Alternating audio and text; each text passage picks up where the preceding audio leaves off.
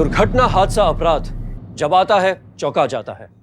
हम में से शायद ही कोई ऐसा होगा जिसे किसी बुरी घटना के आने की आहट पहले से ही सुनाई देती हो। नमस्कार, सावधान महाराष्ट्र फाइट बैक नाउ में मैं संजय सूर्य आपका स्वागत करता हूं।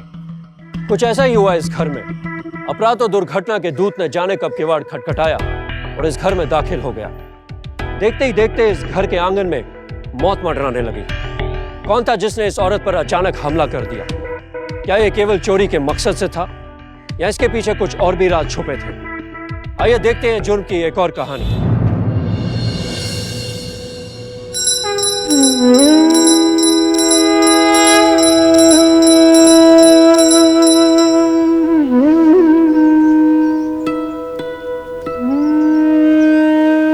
जय मेरे प्रभु, जय मेरे दीवाना, जय मेरे प्रभु, कल्याण हो सबका, सुखी रहो सब।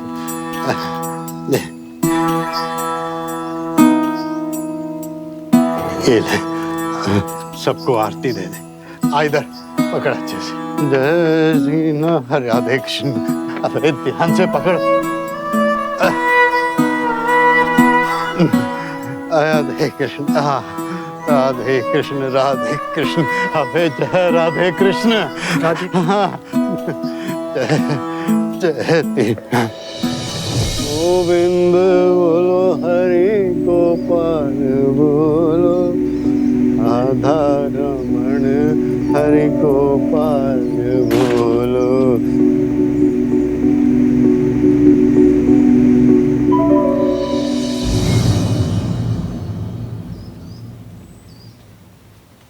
ध्यान से, क्या कर रहा है? तेल लगा मालिश। अबे तकड़ा हाथ चला। अबे इधर क्या हाथ लगाता है? तेरे ताऊ की चाबी है, इधर से कर।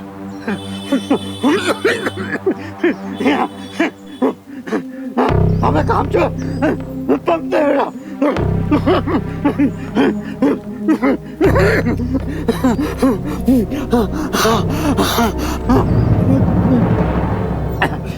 ये तुम्हारे पापों की सजा है जो भगवान मुझे दे रहा है। ये अस्थमा मेरी छाती पर मूंग की दाल डल रहा है। जल्दी कर, जल्दी कर, जल्दी।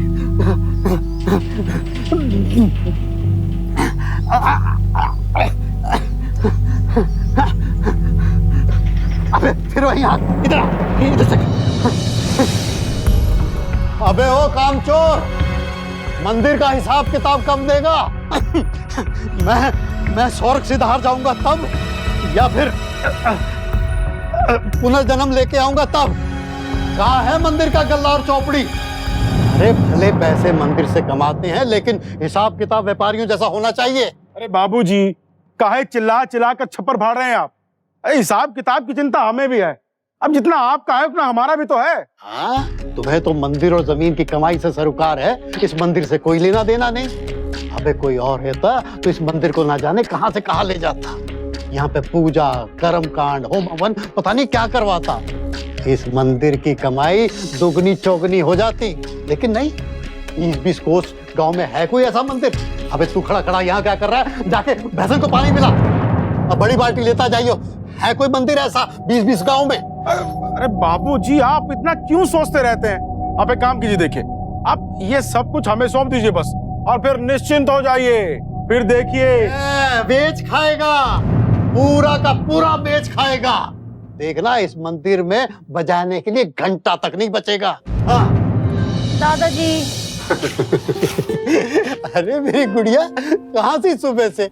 ना अपने दादा को तूने प्रसाद दिया और ना ही नाश्ता। दादाजी, आपको पता है वो पड़ोस की चंपा है ना, नई साड़ी लाई है, बहुत इतरा रही थी, तो मैंने बोला मेरे दादाजी भी मुझे नई साड़ी ले देंगे। दे देंगे ना दादाजी? अरे बेटी, जरूर ले देंगे। इधर यहाँ बैठ। अरे मेरे अच्छे दादाजी। अरे मेरी गुड़िया, एक नहीं 2 साड़ी ले देंगे। ये बता, तुझे कैसी साड़ी चाहिए? लाल या गुलाबी? लाल या गुलाबी? चल छोड़, मैं तुझे दोनों ला दूंगा, लाल भी और गुलाबी भी। अबे कहाँ मर गया तू? आ लेके चल मुझे। अबे गणेश, कहाँ रहता है कामचोर? हाथ चिंता मत करो बेटा, ला देंगे तेरे को। अबे कस के पकड़।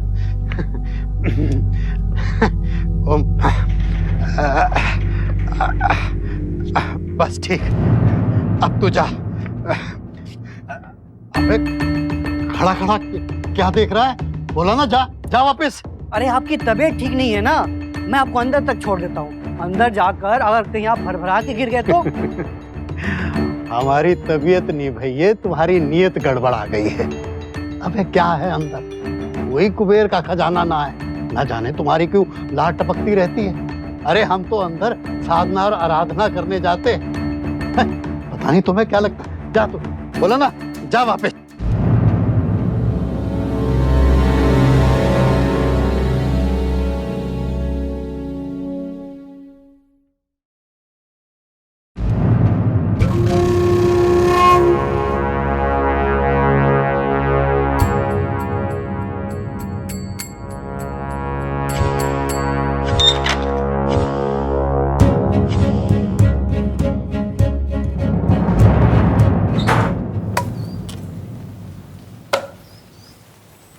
बापू पानी।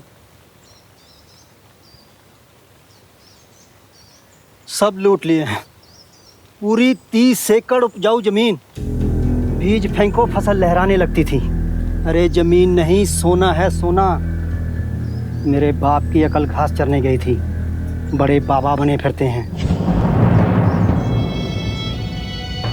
उस बाबा की झोली में पुश्तैनी जमीन और मंदिर डाल के बड़ा पुण्य का काम कराने चले थे। हमें नरक में धकेल के अपनी आंखों के सामने मैं अपनी जमीन का फल और मंदिर का प्रसाद खाते हुए देखना मेरे लिए नरक जैसा है। मैं यहाँ ऐसे ही झक नहीं मार रहा, बस एक बार वो लड़की रुक्मणी।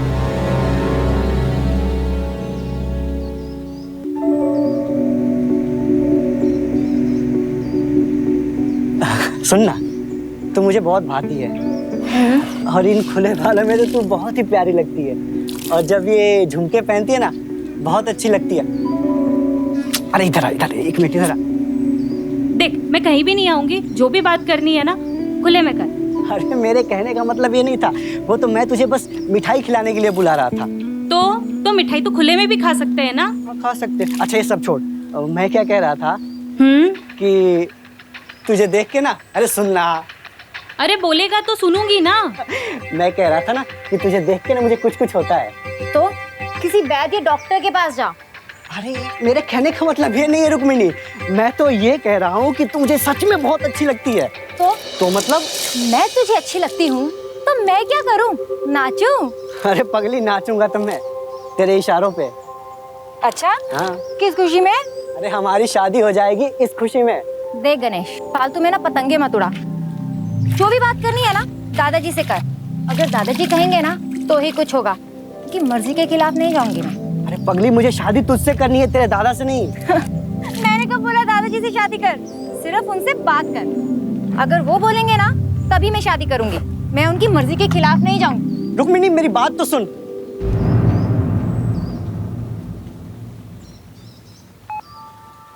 अबे तू यहाँ बैठा मुंह में चने ठूसता रही हो। घर में जवान बेटी है, बाप होने के नाते कोई फर्ज है कि नहीं तेरा? अरे बाबूजी, देखिए वो हमारी बिटिया है, क्या करना है, कब करना है, कैसे करना है, वो सब हम देख लेंगे। आप तो बस ये बताइए कि वो वसीयत कहाँ है? क्यों क्यों भैया? अरे क्यों मतलब? हम आपके इकलौते बेटे हैं, अरे इसके नाते हमें देखना पड़ेगा ना। अरे हर बार देखो बेटे का होने का हवाला देते रहते हो। अबे भगवान से हमने सबूत मांगा था, तुम जैसा कपूत नहीं। बाबूजी अब जो भी हैं, जैसे भी हैं, आपके वारिस हैं बस। किसने बनाया तुम्हें वारिस? अरे बाबूजी अब इसमें बनाने की क्या जरूरत है? हम वारिस हैं तो हैं। आप ये बताइए कि वो वसीयत कहाँ है? बस आगे ना घूम फिर के वहीं कर दी ना कथा, वही पहले अध्याय से शुरू। बाबूजी उधर उस कमरे में हमारे पूर्वज क्या क्या छोड़कर गए हैं। अरे आप रोज जाते हैं वहां पर, चेक करते हैं। लाइए हमें चाबियां दीजिए। देखो तुम्हारा कुछ नहीं है वहाँ। जो कुछ है हमारी बेटी रुक्मिणी का है। वो हमारी बिटिया है बाबूजी। कल को उसका विवाह करके उसके ससुराल भेज देंगे हम। अरे वाह, कैसे भगा देंगे? अरे उसका ब्याह हम करेंगे। तुम ना जाने किसी अरे गहरे के साथ ब्याह दो ना, हम करेंगे। देखिए बाबूजी, रुक्मिणी हमारी बिटिया है। हम जहाँ चाहेंगे उसका विवाह करेंगे। अरे मन में आए तो किसी बुढ़े के साथ उसकी शादी करवा दूंगा। और वैसे भी वो पंचायत का मुखिया है ना, उसकी पत्नी पिछले साल मर गई थी। वो चाहता है हमारी बिटिया से शादी करना।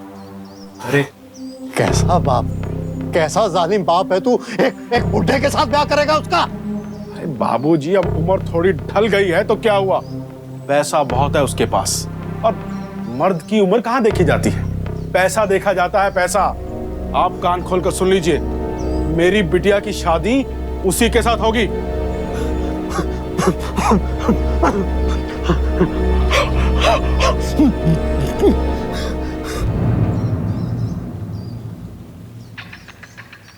छोड़ो छोड़ो मुझे। हमने सुना है तुम्हारे बाबा तुम्हारी शादी करवा रहे हैं। हाँ तो हमारे बाबा हैं, करवाएंगे ही। ठीक है फिर, अरे हम भी कुछ ना कुछ जरूर करेंगे।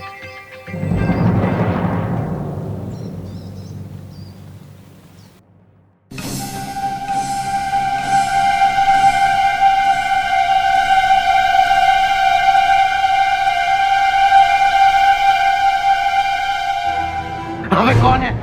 कौन है? अबे कौन है? चोर कहीं के, कहाँ भागता है इधर?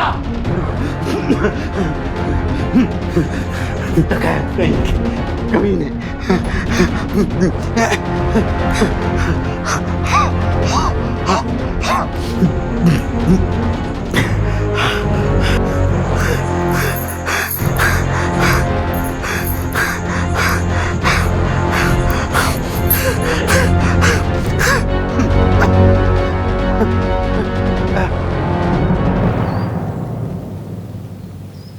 बाबूजी, ये सब क्या है?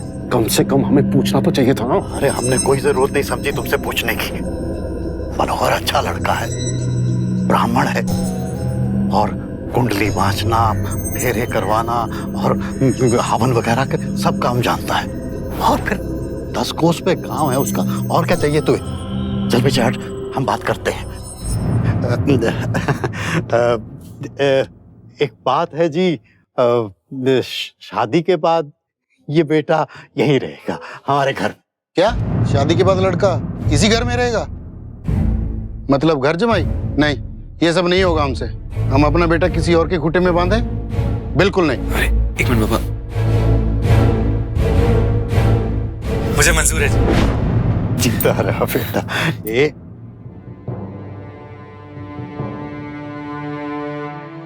ये क्या कर रहा है तू? हम जो कह रहे हैं सही कह रहे हैं, हम बाद में सब देख लेंगे।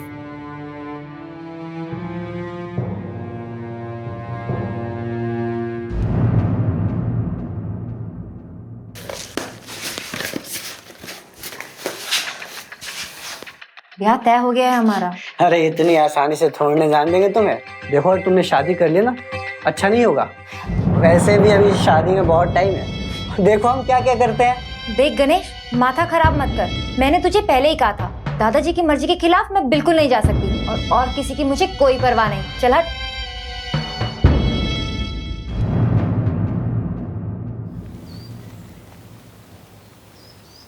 ये बुढ़ा भी ना जाने देता बेटी को ब्याह करके, ससुराल में जाती, कुछ अपना घर आंगन संभालती, पर नहीं, उल्टा जवाई को यहाँ ला रहा है। अरे पहले तो ये बाबा था और बेटी थी, अब ये जवाई सिर पर आके बैठेगा मेरे। अरे अपना नसीब तो किसी सस्ते पेन से लिखा है भगवान ने। एक बात बोले? अरे कुछ बोलेगा आप? क्या है कि हम कह रहे थे कि आपकी जो लड़की है ना, रुक्मिणी, मुझे बहुत अच्छी लगती है। मैंने उससे ब्याह करना चाहता हूँ। अरे बुड़बक, औकात में रहकर बात कर। चवन्नी छाप औकात है तेरी। तेरी हिम्मत कैसे हुई मेरी बेटी से ब्याह करने की बात करने की? औकात? अरे औकात तो आपकी नहीं रहने वाली 2 कौड़ी की भी। अरे हमने तो सोचा था कि रुक्मिणी से शादी हो जाएगी तो जो भी जायदाद मिलती एक हिस्सा आपका होता, लेकिन अब आ रहे हैं आपके वो नए जमाई राजा। अरे वो घास भी नहीं डालने वाला आपको, आप ही संभालिए। आप चल काम कर जाकर।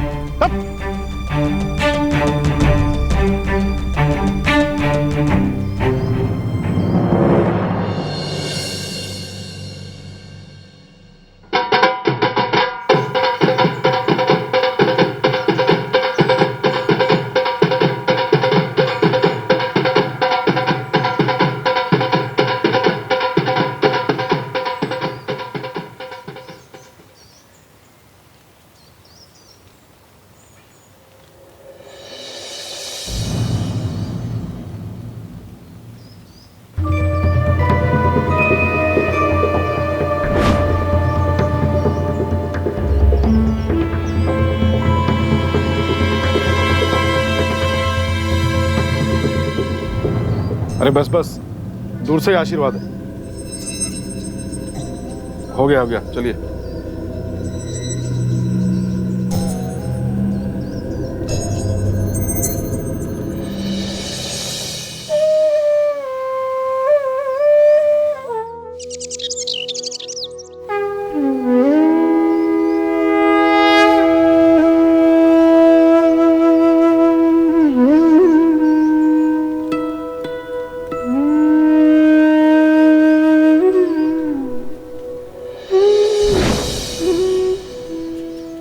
दादाजी पिताजी को कितना डांटते हैं पर उन्हें समझ नहीं आता।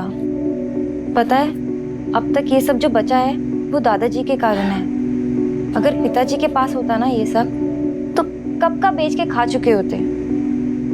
माई के जाने के बाद दादाजी ने मुझे इतने प्यार से पाल पोस कर बड़ा किया है।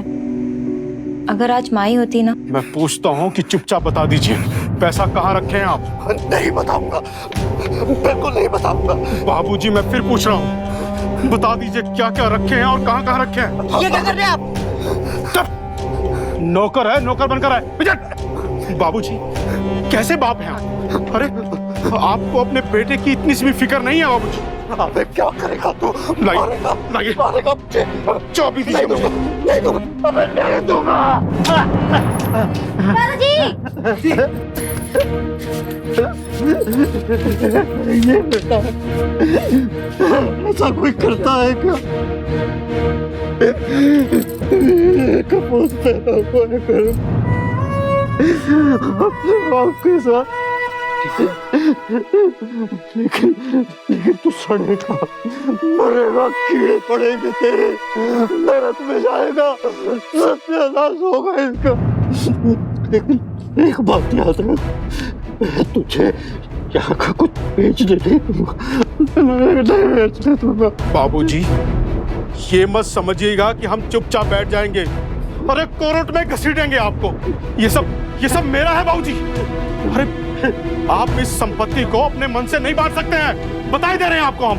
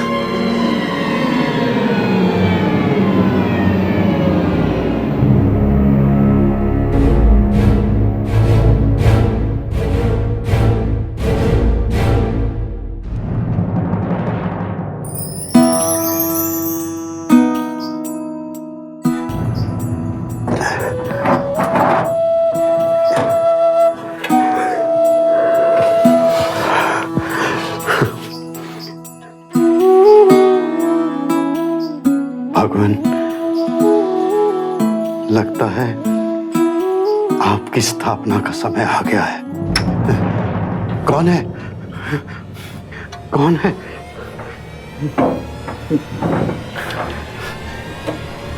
कौन है?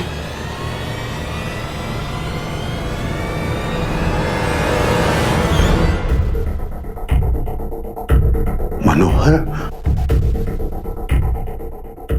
तुम बेटा? माफ करना बाबा, बहुत जिज्ञासा हो रही थी तो मैं ऐसे ही चला आया।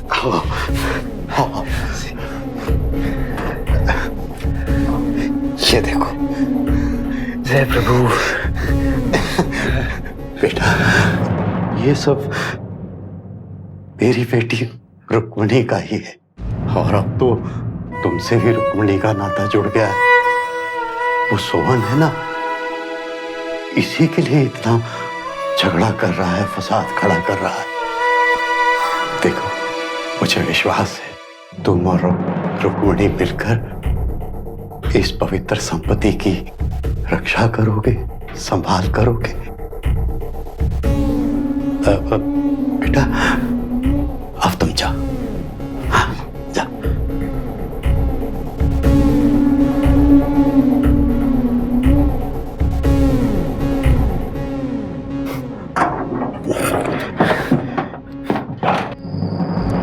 और जमाई राजा किधर? कुछ नहीं, बस ऐसे ही। अरे हमें सब मालूम है तुम यहाँ किस लालच में आए हो, लेकिन हमने भी यहाँ ऐसे ही इतने साल खर्च नहीं किए। हम भी कुछ ना कुछ तो लेकर ही जाएंगे। बेटा बच्चे हो, बच्चे की तरह रहो।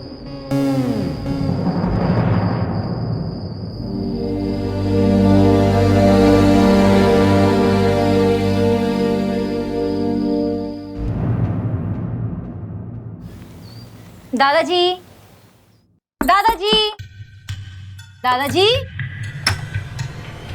दादाजी।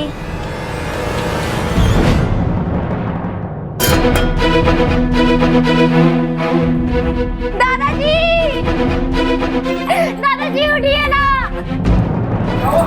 उठिए ना दादाजी, दादाजी उठिए, दादाजी उठिए, दादाजी संभालो अपना पुरपुरी, बाबा, दादाजी को उठाइए ना, संभालो अपना पुरपुरी। दादाजी उठ नहीं रहे, दादाजी उठिए ना, उठिए, बात कीजिए, दादाजी उठिए ना, उठिए, संभालो उठिए ना दादाजी, दादाजी उठिए।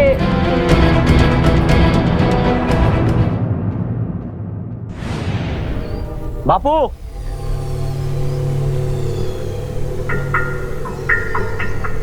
बुढ़े ने जाते जाते भी लात मार दी, चाबियां उसके जनेऊ में भी नहीं थी।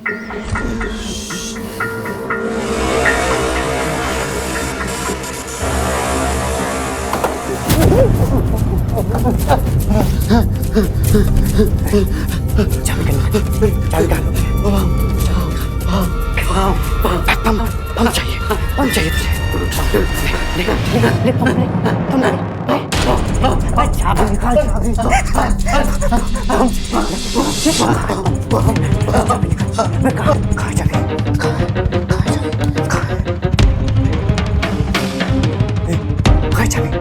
बता।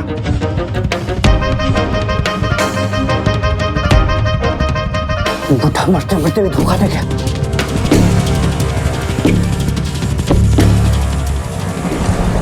मुझे तो लगता है मुझसे पहले ही किसी ने चाबियां गायब कर दी थी, या हो सकता है बुढ़े ने ही कहीं कोने में छुपा रखी हो।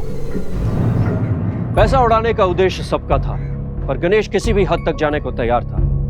पर जिस चाबी के लिए गणेश ने यह हत्या की, वो तो फिर भी उसे नहीं मिली। कहाँ है वो चाबी और किसके पास?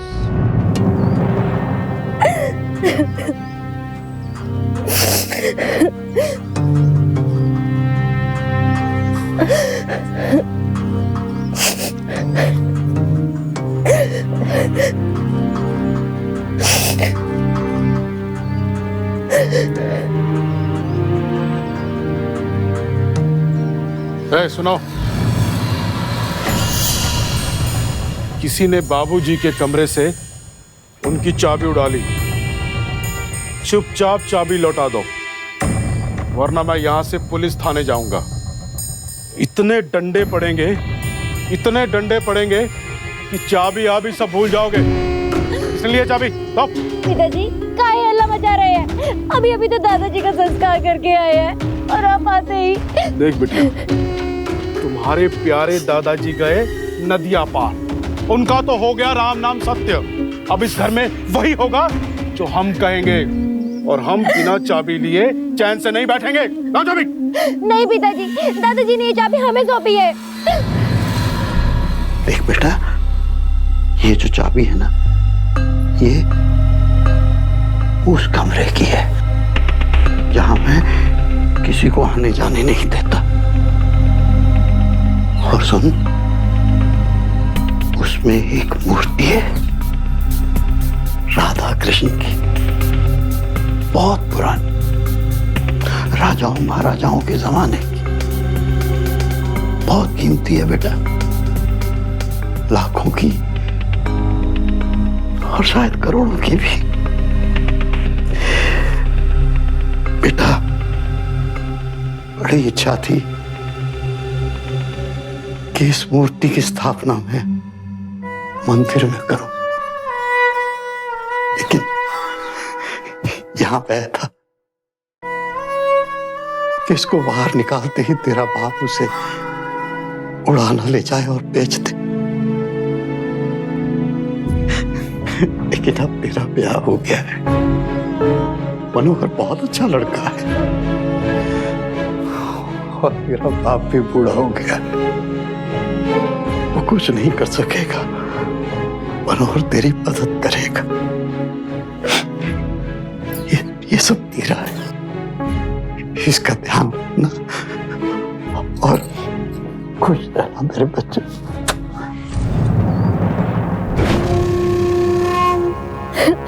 ना चाबी दे। अरे ये टकटकी लगाकर कहाँ देख रही है हमारी तरफ? सुनने रही का? चाबी दो। नहीं पिताजी, मैं आपको चाबी नहीं दूंगी। दादाजी ने कहा था कि अरे उस बूढ़े के कहने से क्या होता है?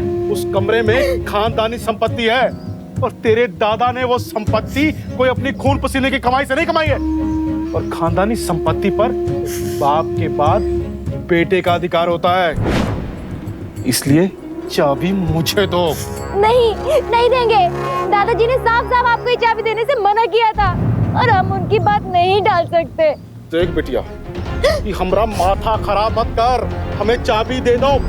नहीं दूंगी, आप चाहे मेरा गला दबाओ फिर भी नहीं दूंगी। देख, तू अपने बाप को अच्छी तरह से जानती है, तू हमें चाबी दे दे वरना मैं तेरे टुकड़े टुकड़े कर दूंगा। अपनी ही बेटी को धमका रहे हो? ये मत भूलो उसका पति अभी जिंदा है। देख जवाई राजा। अरे तेल लेने गया जवाई राजा। रुक्मणी ने कहा ना कि चाबी नहीं मिलेगी, तो बस नहीं मिलेगी।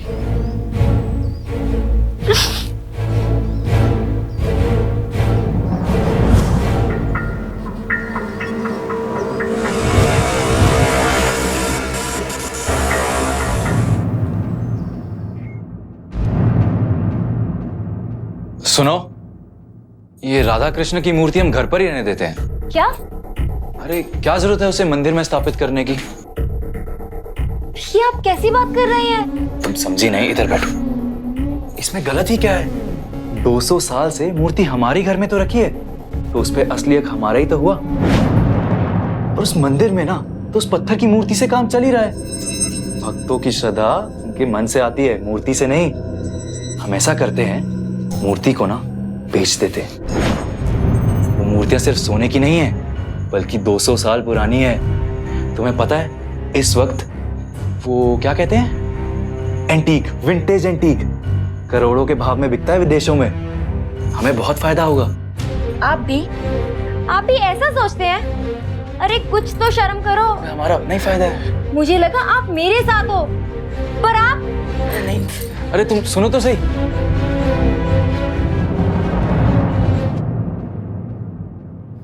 भक्तजनों, कई वर्षों बाद आज फिर से सुनहरा अवसर आया है।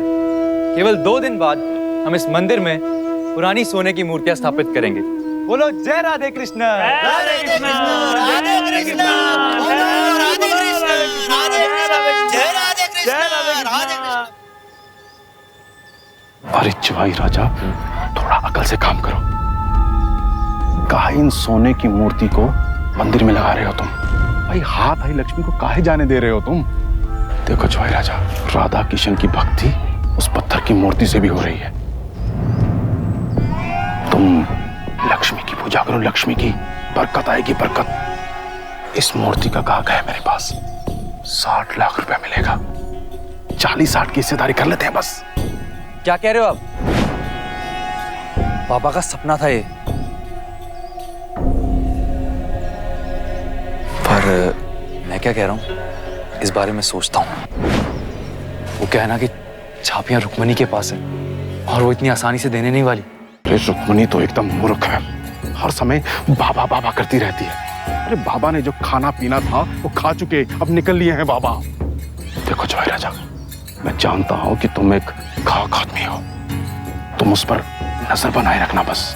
जैसे ही कुछ ढील मिलती है चाबियों को हत्या लो, समझे?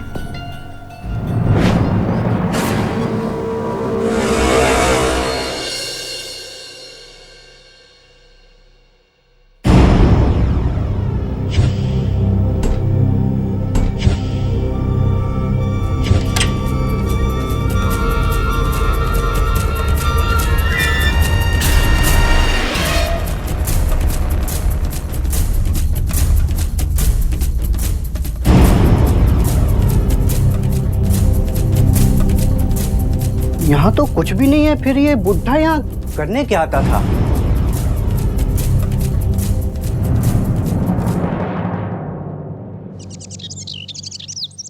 रुक्मिणी सुबह से कहीं नजर नहीं आ रही। अरे बातें तो बहुत बड़ी बड़ी करती थी। मुझे लगता है कि कहीं खुद ही मूर्ति लेके चंपत हो गई है। सुनो जी। रुक्मणी कहाँ है? सुबह से कहीं दिखाई नहीं दी, मुझे लगा आपसे पूछ के गई होगी। अरे हमारे से पूछ के जाती है कभी वो? क्या हो रहा है बताएंगे हमें भी कुछ? अरे आप लोगों ने हमें यहाँ बुला के रखा है, रुक्मिणी है कहाँ? देखिए वो आती ही होगी, बस मूर्तियाँ लेने गई है शायद, थोड़ा इंतजार कीजिए। सुना बोलो, यहाँ पर मूर्तियाँ भी नहीं है और लड़की भी। हमें चाय पाने के लिए बुलाया है यहाँ पे। यहाँ रुक्मणी नहीं मिल रही है और तुम्हें चाय की पड़ी है? भक्तजनों, क्षमा कीजिए, आज का हम ये मूर्ति स्थापना करने का कार्यक्रम यहीं रद्द करते हैं। अब वो कब होगा, कैसे होगा, ये रुक्मणी मिलने के बाद ही तय करेंगे। माफ कीजिए।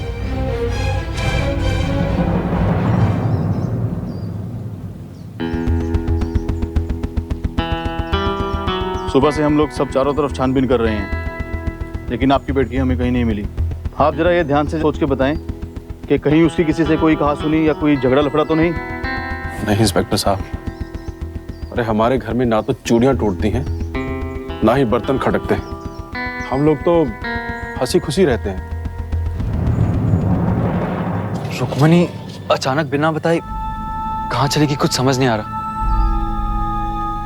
उन मूर्तियों को लेकर तो हम इंक्वायरी कर रहे हैं, जैसे कुछ पता चला आप सबको बता देंगे।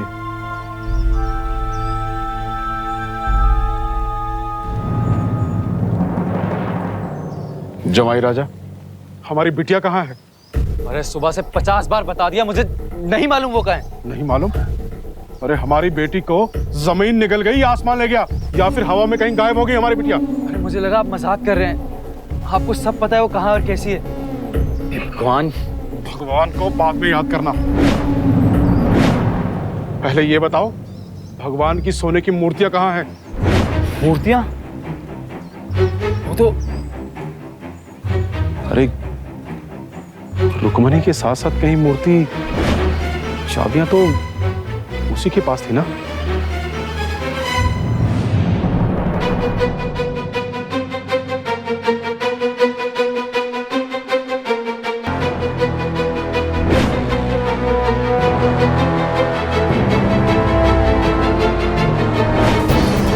रुक्मणी, बेटा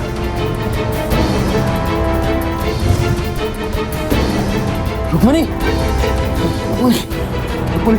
रुक्मणी क्या हो बेटा? रुक्मणी उठो, क्या हो बेटा? रुक्मणी उठो। मैं सुबह तड़के नीचे मूर्ति वाली कमरे में संदूक देखने जा रही थी। देखा कि ताला टूटा हुआ है। मैं बहुत डर गई थी। मैं डरते डरते मूर्ति वाले कमरे में गई।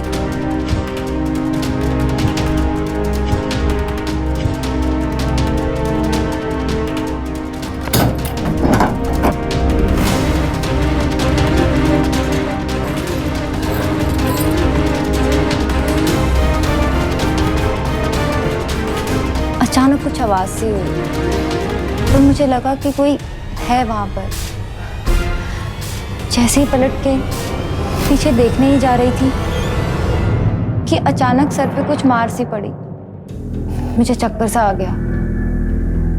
फिर मुझे कुछ याद नहीं। अरे पूछो मत बापू, वहाँ क्या क्या हो रहा है। लोग पता नहीं क्या क्या बोल रहे हैं। पुलिस चक्कर पे चक्कर लगा रही है। रुक्मिणी को मारने का मेरा कोई इरादा नहीं था, लेकिन मुझे ये मूर्ति चाहिए थी। उसने तो मुझे बस देख ही लिया था, लेकिन मैंने एक ही झटके में उसे बेहोश कर दिया, सीधा सर पे मारा।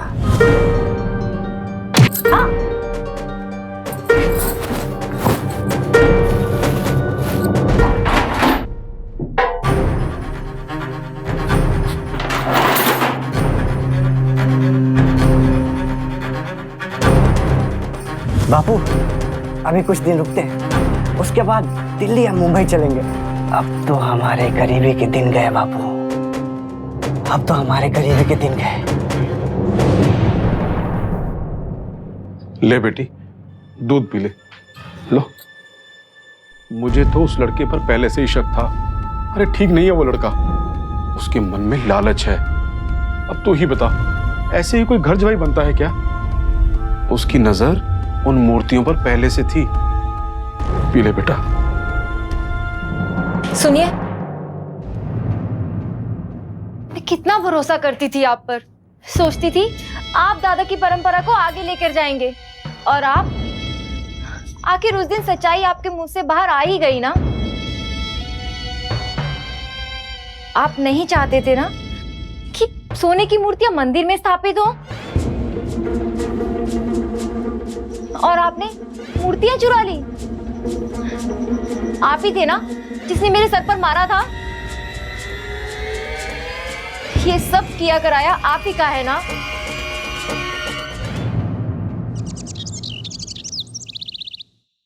मुझे माफ कर दो रुक्मणी, ये मूर्तियां मैंने ही ली थी।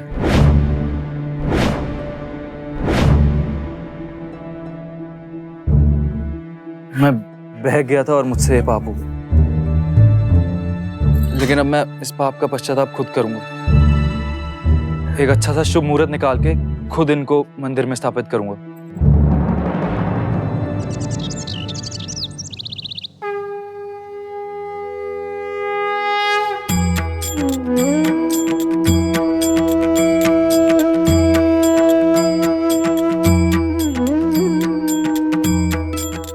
बोलो राधा कृष्ण की जय, राधा कृष्ण की जय, राधा कृष्ण की जय। अरे नहीं जाओ, मुझे मालूम है ये मूर्तियां चोरी हुई थी, लेकिन सिर्फ मैंने नहीं चुराया था इनको, कोई और भी था। और वो दूसरा चोर अब कहीं जाके रो रहा होगा बेचारा। पता है क्यों? बाबा ने जीवित रहते हुए ना एक चतुराई दिखाई थी। उन्होंने हूबहू दिखने वाली एक पीतल की मूर्तियां भी बनवाई थी, जिसे उन्होंने सोने की मूर्ति से बदलवा दिया था, क्योंकि उन्हें डर था कोई ना कोई जरूर सोने की मूर्तियों पे हाथ साफ करेगा। और हुआ भी वही। उस दिन रुक्मिणी के सर पर किसी ने वार करके वो पीतल की मूर्तियां चुरा ली। वो बेचारा चोर कहीं पछता रहा होगा। तुमने प्रसाद खाया? लो ना जरा, खाओ।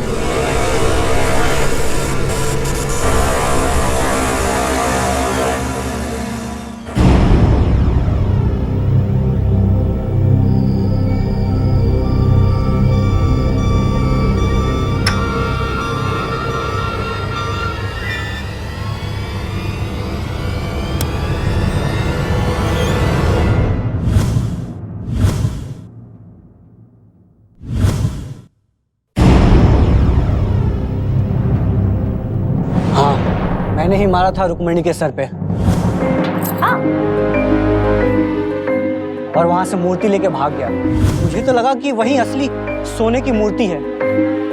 मुझे तो पता ही नहीं था कि वो पीतल की मूर्ति है। गणेश पर मुझे पहले से ही शक था, इसकी नजर में ही चोर। और फिर जब मैंने गांव वालों से बात की तो मुझे पता चला कि इसका और इसके पिताजी का बाबा से 36 का आंकड़ा था। और बाबा के स्वर्गवासी होने के बाद मेरा शक और बढ़ गया। बाबा अच्छे खासे स्वस्थ थे और हमेशा अपना पंप साथ रखते थे, लेकिन उनके आखिरी वक्त पर उनका पंप उनके पास नहीं। मैं हैरान रह गया। और दूसरी बात, मूर्तियां कहाँ है ये सिर्फ घर वालों को ही पता था। और गणेश, तुम तो हमेशा बाबा के साथ रहते थे ना, तो मुझे लगा क्यों ना इसके मन में पाप आ गया हो और फिर जब आप लोगों ने मुझ पे शक किया तो मुझसे रहा नहीं गया। मैंने तुरंत यहाँ के और शहर जाके वहाँ के सुनारों से बात की। तब पता चला कि किसी ने वो मूर्तियाँ अभी तक बेची नहीं हैं। इसका मतलब मूर्तियाँ अभी भी चोर के पास थी। मैंने हूबहू वैसी ही नकली मूर्तियाँ बनवाई और मौका देखते ही गणेश के सामने बाबा जी और उनकी नकली मूर्तियों की कहानी उछाल दी। फिर क्या था कि बराबर ही मेरे फेरे में आ गया और मूर्तियां चुराते हुए रंगे हाथों पकड़ा गया। चल तेरे को ससुराल लेके चलते हैं, बहुतों की तरह खेल, चल।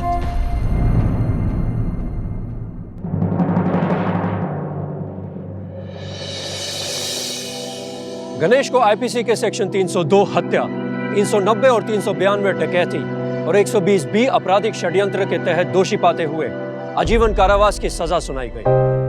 अच्छा हुआ कि मनोहर लालच के इस चक्रव्यूह से बाहर आ गया, समय रहते संभल गया।